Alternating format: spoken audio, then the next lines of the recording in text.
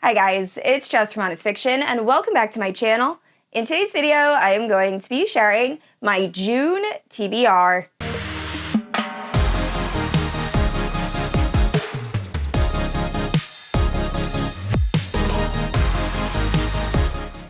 Alright guys, so it is officially June 1st when I am filming this, and I am so ready for the summer. So I work in education, and unfortunately, my district doesn't get out until the very last week of June, so I am just counting down the days till I can go down the shore with a great fantasy romance and just chill and read and hopefully get out of the slump that I've been in. But anyway, most of the books on this list are fantasy romance. I think there's only one book that is a contemporary. There are just so many new fantasy romances that are either new releases or have just come out via audio that I really want to check out. There's also a couple of series that I started that I want to continue. And there's just so many amazing reads for June. So if you're unfamiliar with my channel, I post new videos every Wednesday and Sunday. If you haven't yet, please like and subscribe. You can also hit that notification bell to be notified whenever I post new bookish content. You can also check out my Instagram, Goodreads, and Patreon, all linked down below. With all that out of the way, let's talk about all of the books I want to read in June.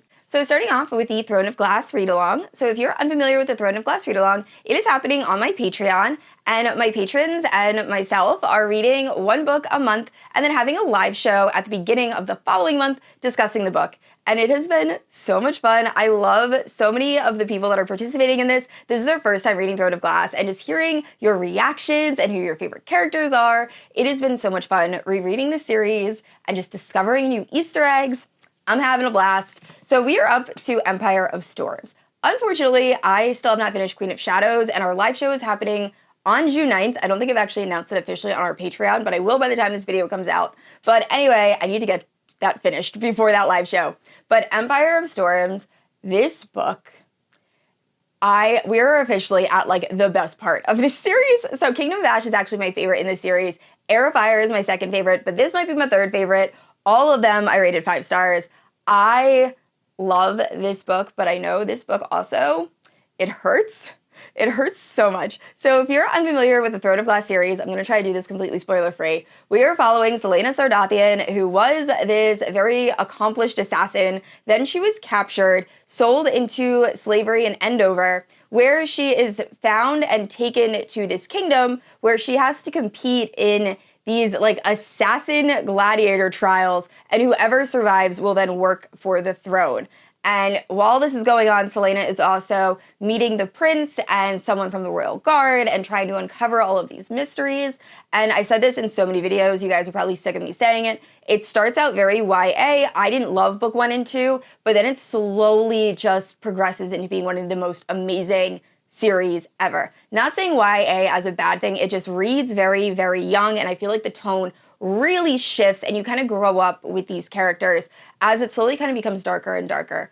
But overall, I love this series. And next up is my Patreon Fantasy Romance Book of the Month. So real quick, if you're unfamiliar with my Patreon, every month my patrons vote on a fantasy romance book that they would like to buddy read. And then we read the book and have a live show discussing the book. And this month I'm actually changing up the format. So instead of just having a live show where you see me and possibly a co-host, we're going to do this in a book club format. So I send out a link to all of you. And if you want to, you can all be on the screen and we can just discuss this book. If you are not into that and you don't want to show your face, no worries, you don't have to. You can still interact with the comments, but I just feel like this will be more of like a book club experience, and I'm so excited. So the first one of those is going to be for When the Moon Hatched, and that is also happening on June 9th, but I cannot wait. So anyway, my patrons selected The Ever King, and I know a few of you are probably thinking, didn't I just read this book? Yes, I did, but I loved it, and I really want to pick up The Ever Queen in June as well, because that is releasing via audio, I think on June 11th. So I figured it's the perfect time. I'll reread this book, I'll get to gush about it with my patrons, and then I'll pick up the sequel. So I'm so excited. But if you are unfamiliar with The Ever King, it is one of my fave fantasy romance books that I've read so far this year. We are following this girl whose father ended up putting this person known as the Ever King and trapping them in the Ever. Now, our main character accidentally releases the Ever King from the Ever, and he immediately captures her, brings her down into the water, and wants to use her to get revenge on her father, the person that trapped him. And the story goes from there. I have pitched this that the love interest in this is a pirate version of Aaron Warner from Shatter Me. He uses love as an endearment and a curse, and I absolutely love it. I know I've said that about 1,000 times as well, but I loved this book. I really, really loved the love interest. He was perfect for me. But anyway, this has pirates, sirens, and just really has that perfect like summer underwater vibe. So it is the perfect time to read this book if you haven't yet, and I cannot wait to reread it. So next up, we have Trial of the Sun Queen. So this is an adult fantasy romance, and I actually heard about this book because of one of you guys. So I posted on my Instagram asking for your favorite fantasy romance books for a video, and a few of you said this book, and I had never heard of it, and it sounds so good. So we are following this girl who's been living a pretty terrible life under the Aurora King, when she sees the opportunity to finally gain freedom if she competes in these Sun Trials. Now, the Sun King apparently is looking, I believe, for a partner, and there are 10 women that are going to compete to try to gain his love. So our main character ends up being one of these 10, but the other 9 women do not want this girl competing. So not only is she competing against all of these women to try to gain the love of the Sun King, but these women are also trying to take her down. And the story goes from there. Now, like I said, I obviously have not read this book yet, so it sounds really good. I just looked on Goodreads and it has decent reviews, so this will definitely be a book I pick up in early June.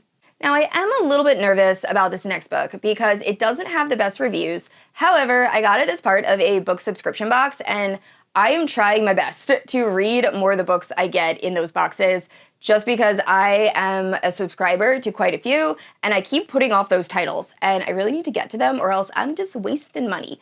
But anyway, this is A Curse of Blood and Wolves, and it is a adult fairy tale reimagining. I believe it's a Little Red Riding Hood reimagining. Now, this is Fairy Loot's Romantasy book of the month. However, when I think shifters, I immediately think paranormal, so I think it's gonna fall more to the paranormal side.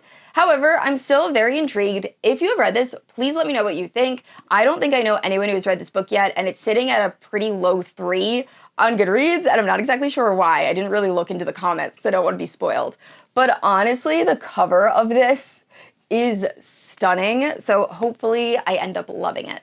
And next up is the book I am most looking forward to picking up in June. So it is Blood and Steel, and apparently this is the first book in an epic enemies to lovers fantasy romance series. And according to Goodreads, this is perfect for people that are fans of From Blood and Ash, The Bridge Kingdom, and the show The Witcher. I love all of those things, so I feel like I'm gonna love this book. I know Tori has read the series, Tori from Novel Life, and has really enjoyed it. I know Raven-Haired Reader has really enjoyed it, and I've had so many people on Instagram message me and tell me I need to pick up this series ASAP.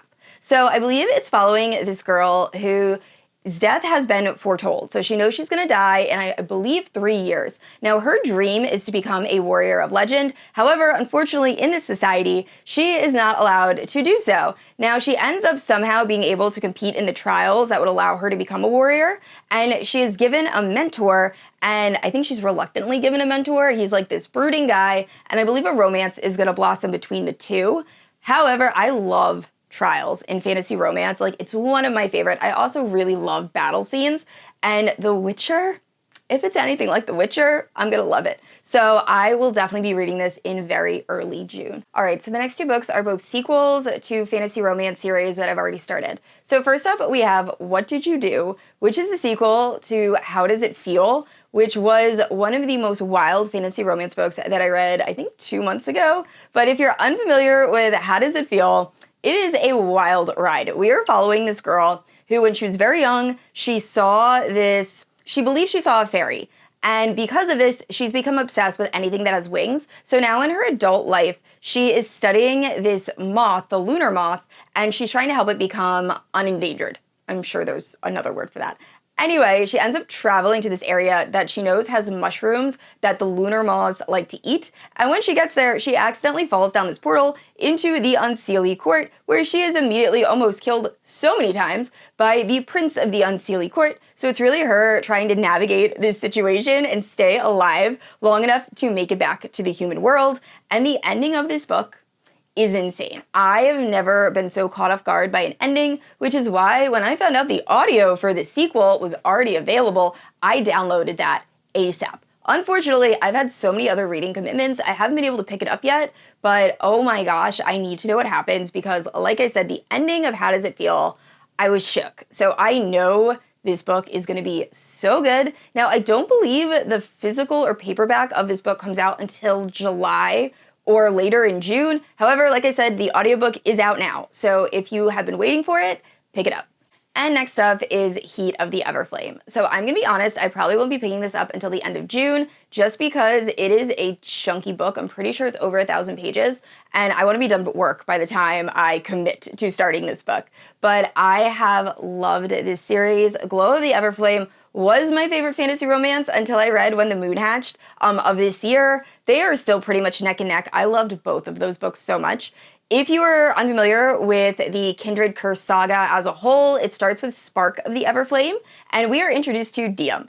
So Diem lives in a world where there are descended, and these people are descended from gods. So they have like godlike powers, and they are really the ruling class, and then the humans are like the class under them. So there are humans that really want to go against the descended, and there's a bit of a rebel group forming, and Diem's boyfriend is one of the people in this group. Now, Diem's mother actually works as a healer for the descended, so she's allowed in their like gated off area, which also allows Diem to go into these restricted areas as well. So eventually, Diem's mother ends up going missing, and Diem has to decide who she wants to align with. Does she want to align with the descended, or does she want to align with her boyfriend who's part of this rebel organization?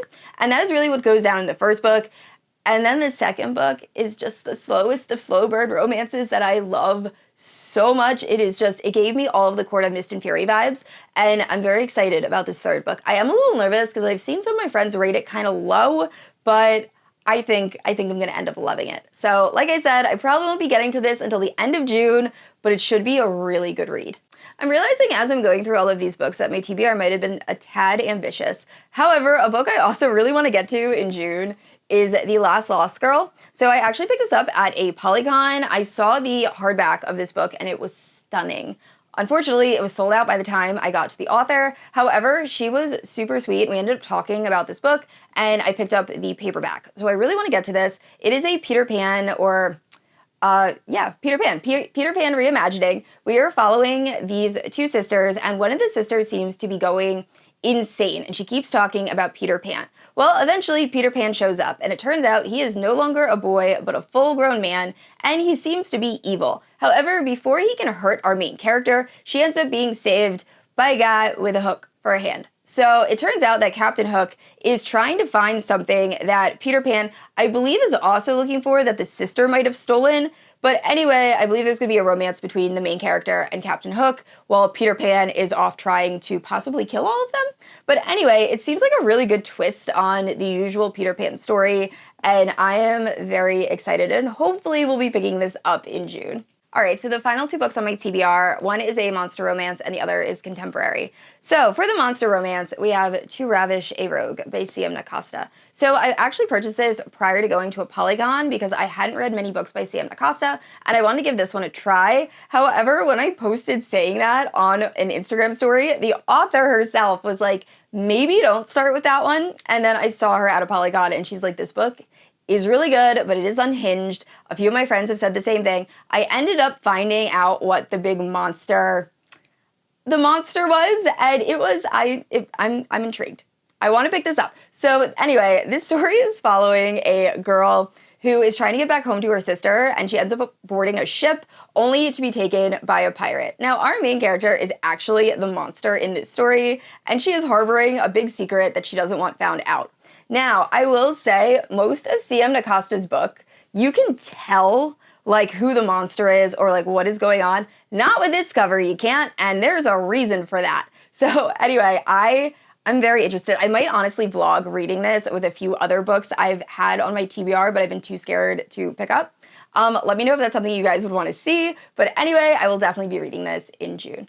And last up is Shadows of You, and this is the first book, I believe, in a new series by Cowles. So I'm going to be honest, I am not the biggest small-town romance fan. I just typically don't gravitate towards those. Sometimes I'll be in the mood, and they're like a fine read, but for the most part, I prefer either fantasy romance or dark romance.